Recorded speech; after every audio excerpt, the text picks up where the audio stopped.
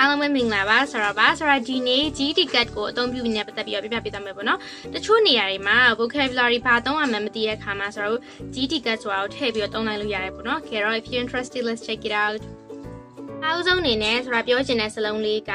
B1 ပိုင်းနေရာမှာဆိုတာတို့ GT cut ကိုထည့်ပြီးတော့သုံးလို့ရတယ် B1 ပိုင်းရဲ့အဲ့ဒီပဲဝယ်သည်ပေါ့နော်ဝယ်သည်အဲ့တော့ဘိုင်းကိုမသုံးတော့ဘူးဥပမာဆိုလို့ရှိရင်မင်းဒီဟာကိုဝယ်ခဲ့လာပဲထားပါတော့ Did you buy it လို့မသုံးတော့ဘဲနဲ့ Did you get it မင်းဒါကိုဝယ်ခဲ့လာတော့ get ကိုသုံးလို့ရတယ်ဒီနေရာမှာပေါ့နော် B1 နေရာမှာဆိုတော့ get ကိုသုံးလို့ရတယ်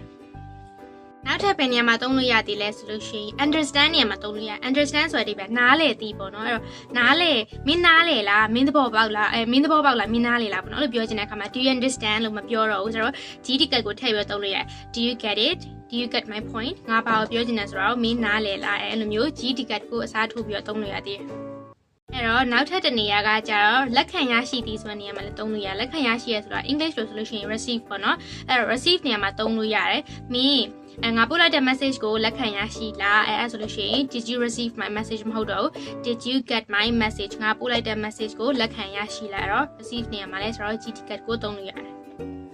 သူ့ကို TAK take ဆိုတဲ့နေရာမှာလည်းသုံးလို့ရတယ်ဘယ်လိုမျိုးလဲဆိုလို့ရှိရင်ဥပမာငါ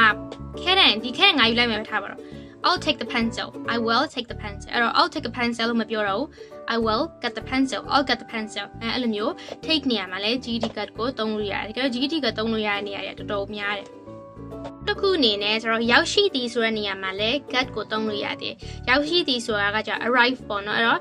what time did you arrive there လို့မပြောတော့ဘူး။မင်းဘယ်ချိန်ရောက်လဲဆိုတာ what arrive မသုံးတော့ get ပဲသုံးမယ်။အဲ့တော့ what time did you get thereအဲ့တော့မင်းဘယ်ချိန်အဲ့နေရာရောက်သွားလဲ what time did you get there အဲ့လိုမျိုး cut သုံးလို့ရတယ်ဒါတော့ဒီနေရာလောက်ပဲချုပ်မျိုးပြောထားတာပေါ့နော်တကယ်တော့ तू က cut သုံးတဲ့နေရာကတွင်ကျယ်တယ်တော်တော်နေရာတော်တော်များများမှာ GT cut ကိုအစားထိုးပြီးသုံးလို့ရတယ်ကိုကတချို့ vocabulary မသိတဲ့အခါမျိုးမှာပေါ့နော်ဒါပေမဲ့ဆိုတော့အရှိမပြောထားဆိုမျိုးနေရာတိုင်းတော့မသုံးအောင်သူ့နေရာနဲ့ तू ယူတဲ့နေရာလက်ခံတဲ့နေရာအဲ့လိုမျိုးနေရာတွေမှာအများဆုံးသုံးတာများတယ်Okay, thank you so much for watching this video. See you in the next video.